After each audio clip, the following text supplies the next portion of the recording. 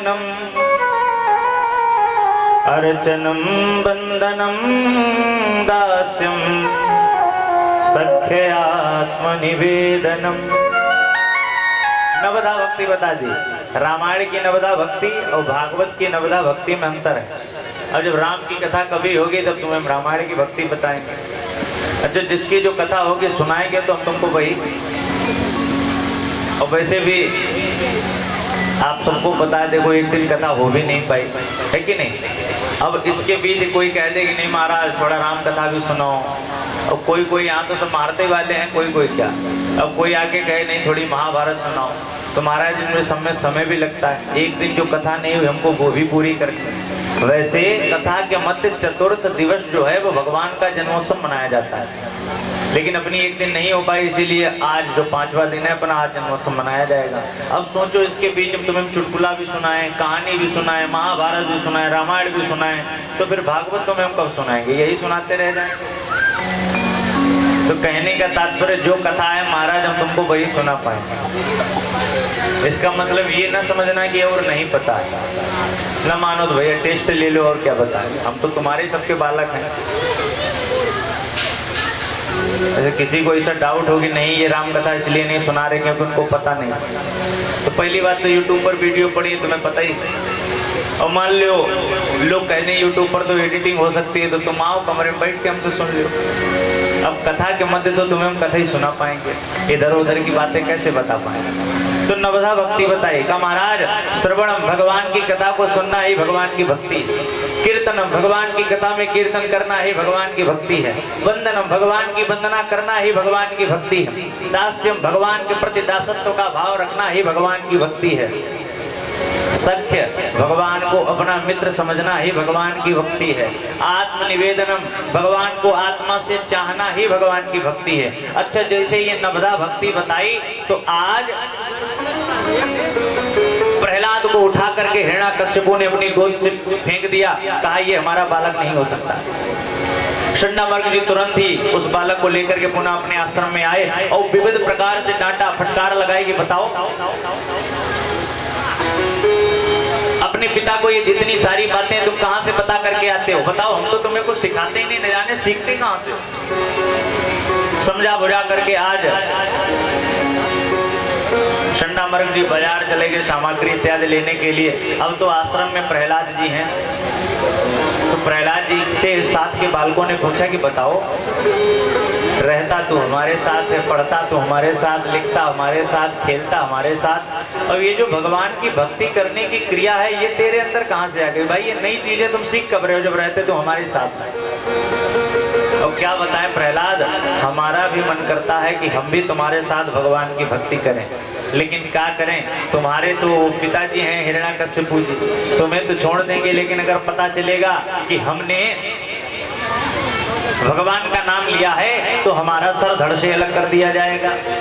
प्रहलाद जी ने कहा कि अगर बात डर की है तो तुम्हारी सबकी जीने की गारंटी हम लेते हैं, तुम सबके सब मिलकर के हमारे साथ भगवान का भजन करो। रही बात पिताजी की, तो पिताजी तुम्हारा कुछ कर ही नहीं पाएंगे। देखो महाराज, मैं आपसे एक बात निवेदन करूं, भगवान की जो भक्ति है ये संक्रामक भक्ति है। संक्रामक जो रोग है महाराज बहुत जल्दी फैलता है लोगों पर, थोड़ा सा भी आपने ध्यान नहीं दिया तो संक्रामक रोग जो है वो फैलता चला जाएगा। उसी प्रकार से ये भक्ति है, थोड़ी सी भी लोगों को पता चल गई तो लोगों के अंदर अपने आप भक्ति का प्रादुर्भाव होने लगता है। ये भक्ति ही ऐसी है। तो बालकों ने कहा कि देखो हम भी भक्ति करना चाहते हैं, तो प्रहलाद जी ने कहा कि भाई हम सबके साथ मिलकर के तुम भी भक्ति करो, और रही बात पिताजी की तो उनको तुम समझ ही लेंगे। अब तो उस गुरुकुल में सब लोग मिलकर के भगवान की भक्ति करने लगे। तो आप भी सब लोग मिलकर के कुछ देर भगवान की भक्ति करें और उसके बाद आगे की कथा आप लोगों को सुनाते हैं। जादू सो कर गए टोना सो कर गए, जादू सो कर गए टोना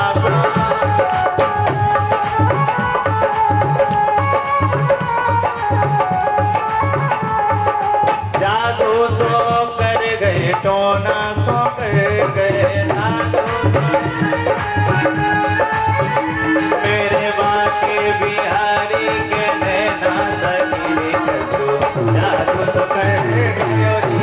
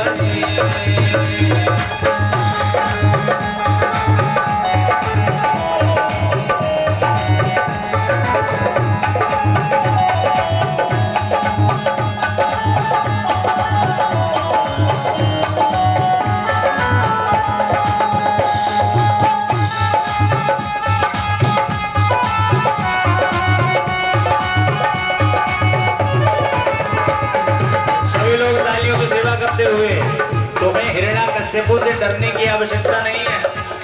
तुम केवल प्रहलाद को उपरा बनाओ और जो जो हिरण्याकश्यपु से डर रहे हो भैया ताली ना बजाओ। जिन्हें ऐसा डर लगता हो कि हम अभी ताली बजाएंगे हिरण्याकश्यपु आकर के हमें तलवार मार के चला जाएगा, वो ताली ना बजाओ, वो चुपचाप बैठो, कोई जरूरत नहीं। और जिन्हें ऐसा लगता हो कि भाई हम प्रहलाद जी के साथ में भगवान का भजन कर रहे हैं, वो सभी लोग हिलमिल करके तालियों की सेवा करते हुए भगवान का भजन करें। ओ मोटी मोटी अखियां बड़ी कजरारी,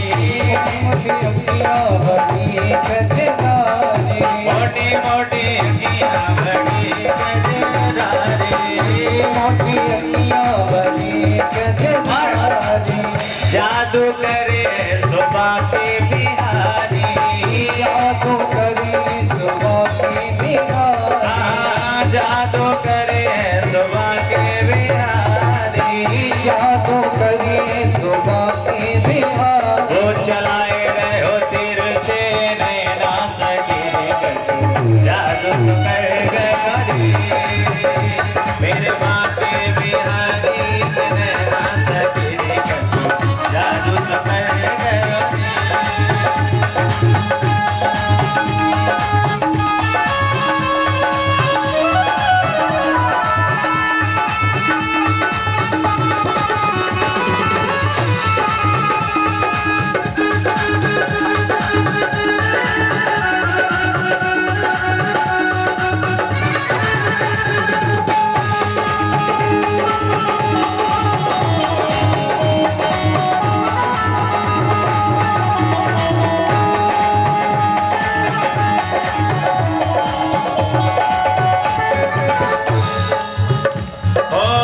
लुट गई देख छवि में प्यारी, देख छवि में प्यारी, बोल कपोलन पे लट घुंघराली, बोल कपोल पे लट घुंघराली, गोल कपोलन पे लट घुंघराली, गोल कपोल पे लट घुंघराली, ओ ऐसो सुंदर जाम सलोना सखी कछु, जादू सो कर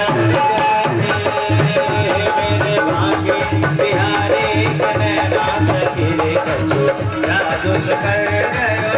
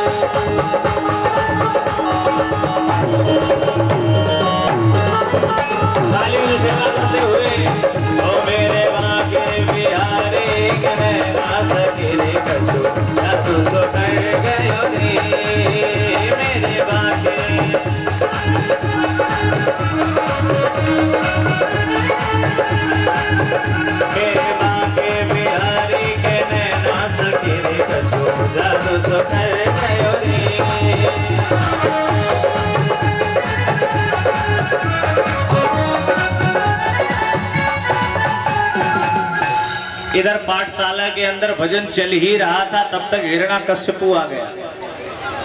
अब हिरण्याकश्यपु ने जैसे ये संक्रामक बीमारी को फैलते ही देखा, तुरंत ही एक फटकार लगाई। और जैसे महाराज फटकार लगाई तो जिसका सर तिरछा था उसका तिरछा का तिरछा ही रह गया। जिसका हाथ अगर कमर पे है तो बेचारे का हाथ कमर पे है, किसी का हाथ अगर सर के ऊपर है तो सर के ऊपर है, ये एकदम टस से मस नहीं हो रहा। अब तो सब लोग डर गए। प्रहलाद जी आए और प्रहलाद जी को पकड़ करके हिरण्याकश्यपु अपने साथ ले गया। अपने साथ ले जा करके आज कयाधु जी को बुलाया कि देखो ये बालक हमारा किसी काम का नहीं, तो बालक बेकार है, इसको जहर दे दो। राज आज्ञा के कारण जहर दिया गया, लेकिन जिसको बचाने वाला भगवान हो उसके मारने वाला इंसान कभी हो ही नहीं सकता। जहर पिलाया गया, कुछ असर नहीं हुआ। हाथी के पैर के नीचे कुचल पड़ाया गया, फिर भी प्रहलाद जी को कुछ नहीं हुआ। ऊंची बड़ी पहाड़ी के ऊपर से नीचे धक्का दिलवाया गया, लेकिन फिर भी कुछ नहीं हुआ। आज हिरण्याकश्यप उदास होकर के बैठा है, इसी के मध्य हिरण्याकश्यप की बहन आ गई। बहन का नाम है होलिका। बहन ने पूछा भैया क्यों उदास हो? तो हिरण्याकश्यप ने पूरी अपनी उदासीन होने की भावना को प्रस्तुत किया। हिरण्याकश्यप ने बताया अरे बहन, समझा था हरा भरा होगा, इससे मेरा सुख बाग बहन, पर पता न था पैदा होगा ये मेरे कुल का दाग बहन। हमने तो सोचा था ये राक्षस बनेगा, भगवान से बैर करेगा, ये तो हमारे दुश्मन के साथ जाकर के मिल गया। तो बहन ने कहा कि देखो चिंता न करो, हमको सरस्वती मैया के द्वारा एक चादर मिली और अग्नि जलवाओ, अग्नि में हम बैठेंगे चादर ओढ़ करके, उस प्रहलाद को लेकर के बैठेंगे तो प्रहलाद वहीं पर सहा हो जाएगा।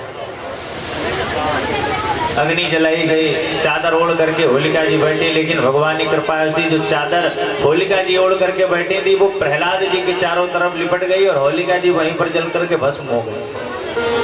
अच्छा जैसे ही जल करके भस्म हुई तो आकाश से जितने भी देवतागण थे सब पुष्प बरसाने लगे और हिरण्याकश्यप के वंश के जितने थे वो तुरंत ही मिट्टी उठा करके, कीचड़ उठा करके, जगह जगह नालियों का कीचड़ उठा करके उस अग्नि के ऊपर डाल लें ताकि अग्नि बंद हो जाए, होलिका बच जाए। तभी से हम और आप होली का त्योहार मनाते हैं। और होली के त्योहार में आपने अक्सर देखा होगा दो तरीके के लोग मिलते हैं।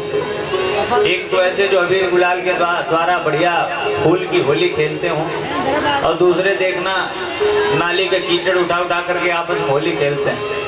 तो नाली के कीचड़ वाले सब हिरण्याकश्यप वाले वंशज हैं और जितने रंग वाले फूल वाले ये सब हमारे प्रहलाद जी के वंशज हैं। अब तुम सोचो तुम कौन से वाले हो? तुम बढ़िया अबीर गुलाल गेंदे के फूल लेकर के बढ़िया होली खेलते हो, या ये मन में विचार करते हो चलो रोज तो नहीं लेकिन होली तिवारी ले ली जाए तो वो आराम से पी करके तुम नाली में पड़े रहो।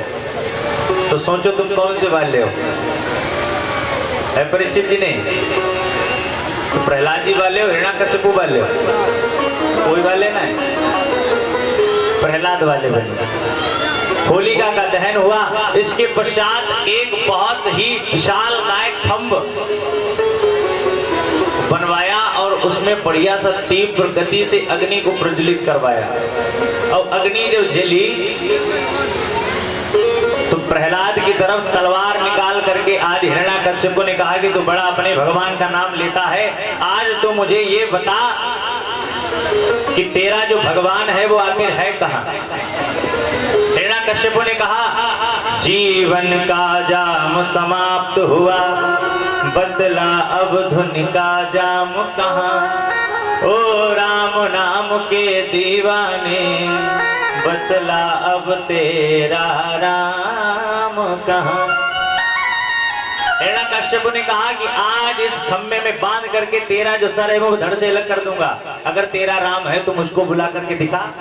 प्रहलाद जी ने कहा अरे बोले प्रहलाद राम मेरा व्यापक सारे संसार में है, मुझ में भी है तुझ में भी है, इस खंभ में है तलवार में है। दुनिया की ऐसी कोई वस्तु नहीं जिसमें मेरा भगवान ना हो। सूर्य की किरणों में वह है, वायु की झनकार में, चर अचर में, फूल फल में, हर दरो दीवार में, नाम में हर वस्तु में पहले उसी का नाम है। देखने वाला हो तो कड़ कड़ में व्यापक राम है। पिताजी आप जहां देखोगे वहां हमारा राम आपको मिलेगा। अब बड़े ध्यान से समझो ये कथा। राम में कितने अक्षर हैं? परीक्षित जी, राम में कितने अक्षर हैं? मात्र 2 अक्षर है राम में।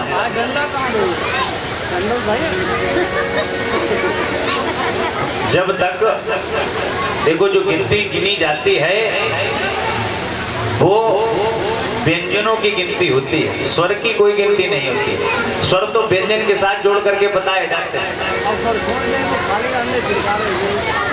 राम में कितने अक्षर? राम में मात्र 2 ही अक्षर कहे जाएंगे। पाई मात्रा कोई अक्षर थोड़ी ना होती है भाई, अक्षर ही ना हो तो पाई मात्रा फिर किस काम का? बताओ, राम में कितने अक्षर है महाराज? बड़े ध्यान से सुनो, राम में मात्र 2 अक्षर हैं और पूरी दुनिया केवल 2 ही अक्षरों पर टिकी हुई है। जैसे अब पहले अपने शरीर से तुम स्टार्ट करो। बाल कितने अक्षर? बोलते जाओ जल्दी जल्दी, अब कथा पढ़ाएं क्योंकि समय हो गया। बाल 2 अक्षर, आंख, कान, नाक, हाथ, पैर, गला, मुंह, दांत, होंठ, कितने अक्षर हैं? सब 2 ही अक्षर है महाराज। प्रत्येक शरीर के अंग बताओ, आप गिनते चले जाओ, 2 ही अक्षर हैं कि नहीं? अच्छा, शरीर के अंगों से चलो थोड़ा रिश्तेदारी में बढ़ लेते हैं। चाहे कितनी भी बड़ी रिश्तेदारी हो, सब 2 ही अक्षरों में है। रिश्तेदारी जैसे माता, कितने अक्षर है महाराज? 2 अक्षर है कि नहीं? माता, पिता, ताऊ, चाचा, बीबी।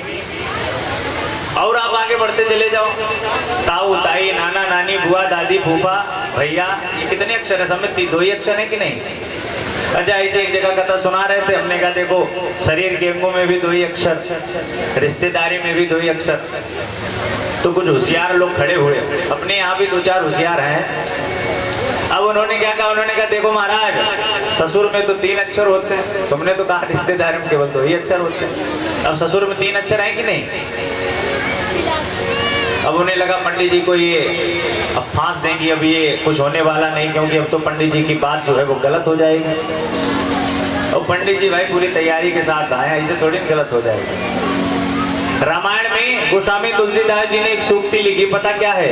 नाम के अक्षर 4 गुण करके 5 मिलाए के 2 गुण कीजे, 8 से भाग विशेष बचे 2 सब लोग राम राम कह लीजे। चाहे कितना भी बड़ा नाम हो महाराज, अक्षर केवल 2 ही बचेंगे। कैसे? ससुर में कितने अक्षर हैं? परीक्षित जी, कितने अक्षर हैं ससुर में? तुम्हें जहन पता अक्षर कितने? आगे कथा तुम्हें कहा गिना होती। ससुर में कितने अक्षर है महाराज? 3 अक्षर। सूक्ति कहती है नाम के अक्षर 4 गुण करके, तो 3 चक्कू कितना हुआ? 3 चक्कू पक्की देख लेना, एक भी इधर उधर नहीं होना चाहिए, मैथ एकदम पक्की होनी चाहिए। नाम के अक्षर 4 गुण करके 3 चक्कू 12, 5 मिलाई के तो 12 और 5, 12 5 कितने हुए? 17। नाम के अक्षर 4 गुण करके 5 मिलाई के 2 गुण कीजिए और 17 दूनी। अब 8 से आप भाग दे दो, 8 से भाग दो, 8 दूनी 16, 8 3 24, अब 8 चक्कू कितने बचे? 2 बचे कि नहीं? कितना भी बड़ा तुम नाम लेकर के आओ, गंगाधर, विद्याधर, ओंकार नाम शास्त्री, तुम्हारा कितना बड़ा नाम। और किसी को डाउट हो तो आप क्लियर कर देते हैं तुम्हारा। बताओ कोई बड़ा सा नाम बताओ, तुम्हें ऐसा लगता हो कि नहीं इसमें 2 नहीं बढ़ेंगे। जैसे किसी का नाम है जैसे देशवीर, क्या नाम? जैसे नाम क्या है? देशवीर। देशवीर में कितने अक्षर? अब देखो देशवीर के नाम में हम केवल 2 ही अक्षर रहेंगे, 2 कट जाएंगे। देशवीर में कितने अक्षर? 4। और नाम के अक्षर 4 गुण करके तो 4 चक्कू कितने हुए? और 16 में 5 मिलाओ, अब इसको डबल करो, और डबल करने के पश्चात तुम 8 से भाग दे तो देखना 2 ही बचेंगे। अब बैठे बैठे अपना जोड़ घटाना गुणा भाग करो, मैं एक करके तुम्हें कहाँ तक बताएं। हाँ, समझ में ना आए तो तुरंत तुम पूछो। कितना बड़ा महाराज नाम हो, लेकिन नाम में केवल 2 ही अक्षर बचेंगे। बताओ डॉक्टर, एनी डाउट? बताओ डॉक्टर जी, तुम्हारा भी थोड़ा बताते चले जाए बीच बीच। कितना भी बड़ा नाम हो, बचेंगे केवल 2 ही। तो समझ में आ गया सबके महाराज की राम में अगर 2 अक्षर हैं तो दुनिया में 2 अक्षरों के ऊपर कुछ है ही नहीं। आज जैसे प्रहलाद जी ने कहा कि मेरा तो भगवान मुझ में भी है, तुम में भी है, और जिस तलवार के द्वारा तुम मुझको मारना चाहते हो उसमें भी है, और जिस खम्भ को तुम देख रहे हो उसमें भी है। बस इतना ही कहना था। उस खम्भ को फाड़ने करके आज वहां पर नृसिंह भगवान प्रकट हो गए। गगड़ गड़ गड़ानो खम्भ फाट्यो चर चरानो, निकसो नर नाहर को रूप अति भयानक है। गगड़ गड़गड़ावे दसन जीव लबलबावे निक सोज रोज मानो अंक जात खानो है। जैसे प्रहलाद ने कहा कि मेरा परमात्मा तो इस खम्भ के अंदर है, उसी समय उस खम्भ का वहीं पर उद्बोधन हुआ और एक भयानक शब्द के साथ वहां पर नृसिंह भगवान प्रकट हो गए। बोलिए नृसिंह भगवान की जय हो। और महाराज जैसे ही नृसिंह भगवान प्रकट हुए और नृसिंह भगवान के प्रकट होते ही जैसे ही भगवान ने हुंकार भरी तो जितने सैनिक थे सब भाग गए। और हिरण्यकशिपु को उठा करके भगवान ने अपनी गोदी में लिटा लिया और दरवाजे की दहली पर बैठ के बोले अब तू अपने वरदानों को याद कर। हिरण्यकशिपु ने कहा मेरा पहला वरदान था, अब तो भाई वरदान ही भूल गया क्योंकि इतना भयानक दृष्टि देख ली भगवान की। फिर भी जैसे तैसे याद किया, बोले मेरा पहला वरदान ये था कि मैं न नर से मरूं न पशु से मरूं। भगवान ने खींच के एक तमाचा दिया, बोले जरा ऊपर से नीचे तक देख, ना मैं नर हूं ना मैं पशु हूं, और तेरे लिए तो महाराज मैं ऐसे ही काफी हूं। बोले कैसे? तो अगला वरदान बताया, बोले ना मैं शस्त्र से मरूं ना मैं अस्त्र से मरूं। भगवान ने कहा बड़े बड़े नाखून देखो, इन्हीं से तुम्हारा ऑपरेशन करेंगे, शस्त्र अस्त्र की आवश्यकता नहीं। हिरण्यकशिपु ने कहा ना मैं दिन में मरूं ना रात में मरूं। भगवान ने कहा इसीलिए तो इतनी देर से तुम प्रहलाद को सता रहे हो, क्योंकि हम शाम को गोधूली काल की बेला में आए हैं, अब न दिन है न रात है। हिरण्यकशिपु ने कहा कि हम 12 महीने में ना मरे, हमने ये भी तो वरदान मांगा था। भगवान ने फिर एक तमाचा दिया खींच के, बोले देख तेरे लिए 13वां महीना लौंड का तेरे लिए स्पेशल व्यवस्था करके आए। हिरण्यकशिपु ने अगला वरदान बताया। अब तो धीरे धीरे वरदान भूलने लगा। कहा कि मैंने वरदान मांगा था कि ब्रह्मा जी के द्वारा बनाई हुई सृष्टि में मैं किसी से न मरूं। भगवान ने फिर तमाचा लगाया। अब तो तमाचा खाते खाते आधे प्राण पखेरु उड़ गए। भगवान ने कहा इधर देख, ब्रह्मा मेरे बालक है, मैंने ब्रह्मा को बनाया है, ब्रह्मा ने हमको नहीं बनाया। और धीरे धीरे जब समस्त वरदान निष्फल हो गए तो भगवान ने अपने नाखूनों के द्वारा हिरण्यकशिपु के उदर को विदीर्ण कर दिया और इतने क्रोध में आगे भगवान ने हिरण्यकशिपु के शरीर के अंदर से अतड़ियों को निकाल करके अपने गले में पहन लिया। हिरण्यकशिपु जैसे ही मरा तुरंत ही जितने देवतागण हैं सब भगवान की वंदना करने के लिए आ गए। नतोस्म्य नंताय दुरंत सत्तये विचित्र वीर्याय पवित्र कर्मणे। अच्छा सबसे पहले भोले बाबा है। भोले बाबा ने कहा हे महाराज आपको प्रणाम, आपके कार्यों को प्रणाम, आपकी पवित्रता को प्रणाम। भगवान ने जैसे हुंकार भरी तो भोले बाबा एक तरफ, नंदी जी दूसरी तरफ। अब तो और देवतागण आकर के भगवान की वंदना करते हैं, लेकिन जैसे भगवान के सम्मुख कोई दिखाई देता है, भगवान का इतना क्रोध है और भगवान जैसे ही हुंकार भरते हैं तो व्यक्ति वहां से छोड़ करके भाग जाता है।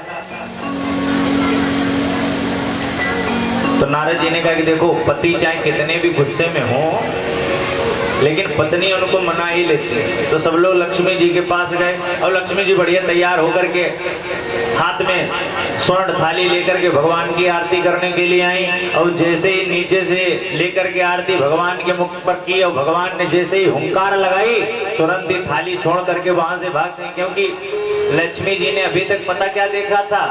लक्ष्मी जी ने अभी तक एक ही चीज देखी थी, शांताकारम भुजगशयनम।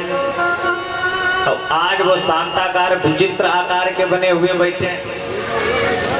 जब किसी की वंदना काम नहीं आई तो आज लोगों ने प्रहलाद जी को आगे किया कि देखो महाराज तुम्हारे लिए भगवान ये स्वरूप बना करके आए हैं और तुम ही जाओ और जाकर के भगवान को शांत करो। प्रहलाद जी ने हाथ जोड़ करके बड़े ही भक्ति भाव से भगवान की वंदना करना प्रारंभ कर दिया। स्वपाद मूले पतितम तमर्भकम विलोक्य देवः कृपया परिप्लुता उत्थाप्य तक्ष्णीष्ण दधात् कराम्बुजं कालाहि वित्रस्तधियां कृताभयम्। प्रहलाद जी जैसे ही चरणों में आकर के खड़े ही हो पाए थे तो भगवान ने उठा करके प्रहलाद जी को अपनी गोदी में बिठा लिया। और प्रहलाद जी कुछ स्तुति कर ही पाते इससे पहले ही आज यहाँ पर भगवान के नेत्रों से अश्रु बहने लगे। प्रहलाद जी कुछ कह ही पाते, भगवान ने आज प्रहलाद जी को उठा करके अपनी गोदी में रख लिया। बोले बेटा, आज तक हमारे जितने भी भक्त हुए, जिसने हमें पुकारा हम तुरंत आए, लेकिन पहला दुनिया में ऐसा भक्त है हमारा कि जिसने हमको बुलाया और हम सही से आ नहीं पाए। प्रहलाद को गोदी में बिठा करके भगवान रो रहे हैं, और पता भगवान क्या कहते हैं? बोले भक्त प्यारे भक्त कोमल तुम्हारे अंग, असुर ने बिदारे मम नाम एक गाने में। गिर से गिरायो हाय, हर जल में डुबायो हाय, अग्नि में जलायो रखी कसर ना सताने में। भगवान रोते चले जा रहे हैं और भगवान कहते हैं, अरे मंजुल मुखार बिंदु चूमी चूमी कहे प्रभु, क्षमा करो भक्त मोहे देर भई आने में, क्षमा करो भक्त मोहे देर भई आने में।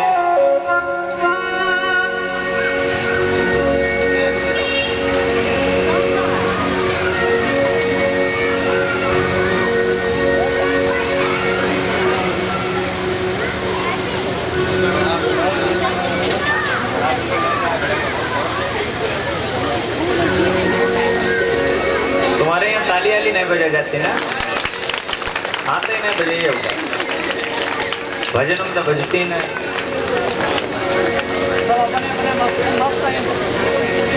काहे मस्त हो भैया? ले मस्त काहे में हो?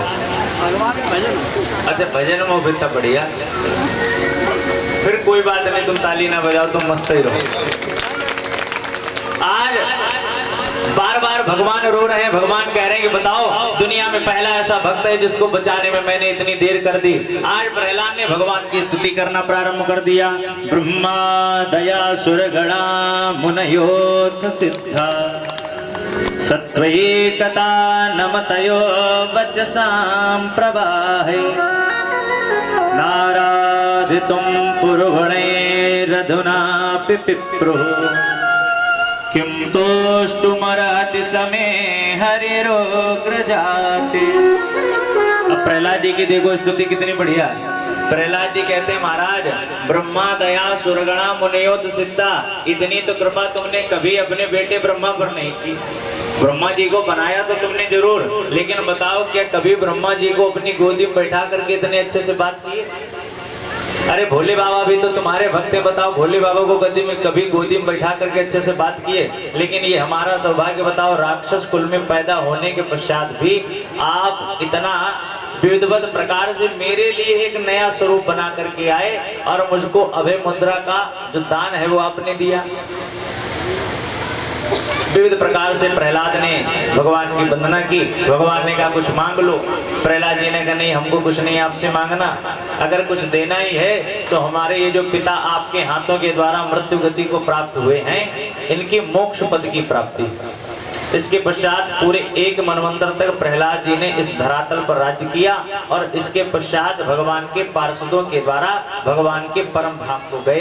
बोलिए वृंदावन के बिहारी लाल की।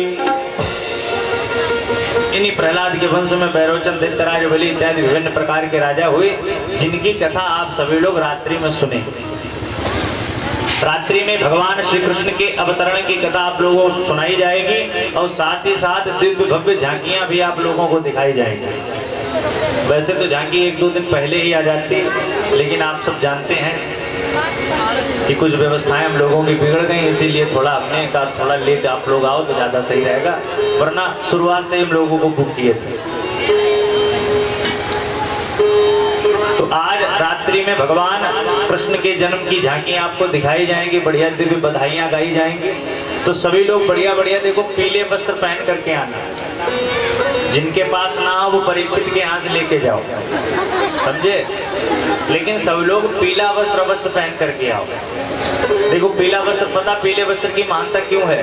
क्योंकि भगवान का जब जन्मोत्सव मनाया गया तो जितने भी वृंदावन के गोकुल के वासी हैं सब पीले पीले वस्त्र पहन करके, नंद बाबा बढ़िया मूंछों में इत्र लगा करके पीले पीले कपड़े पहन करके बढ़िया जन्मोत्सव कर रहे हैं।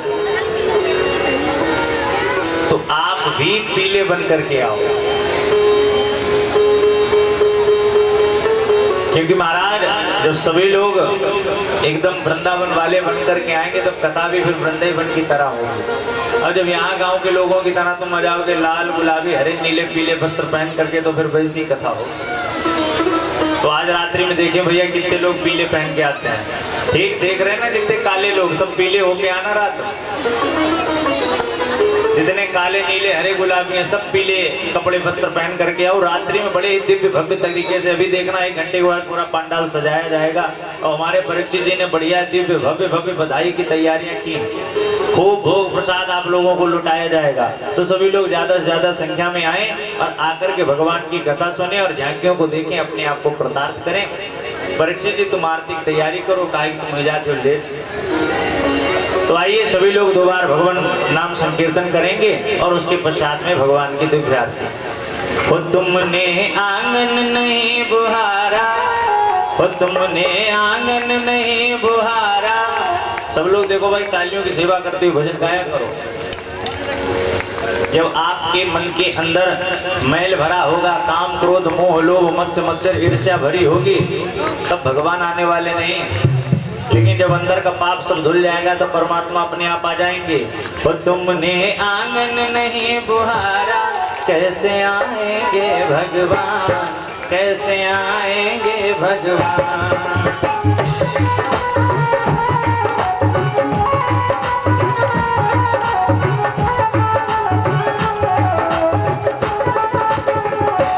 चंचल मन को नहीं सवारा, चंचल मन को नहीं सवारा, तो कैसे आएंगे भगवान, कैसे आएंगे भगवान।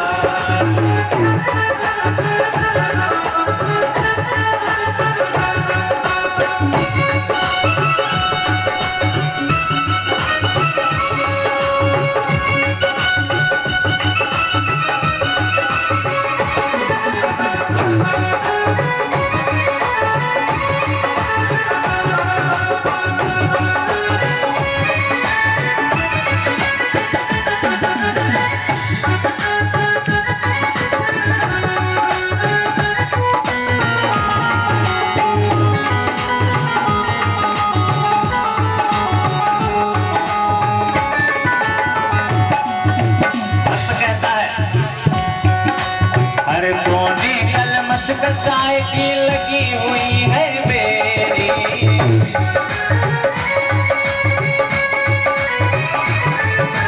नहीं ज्ञान की किरण नहीं भी हर कोठरी मेरी।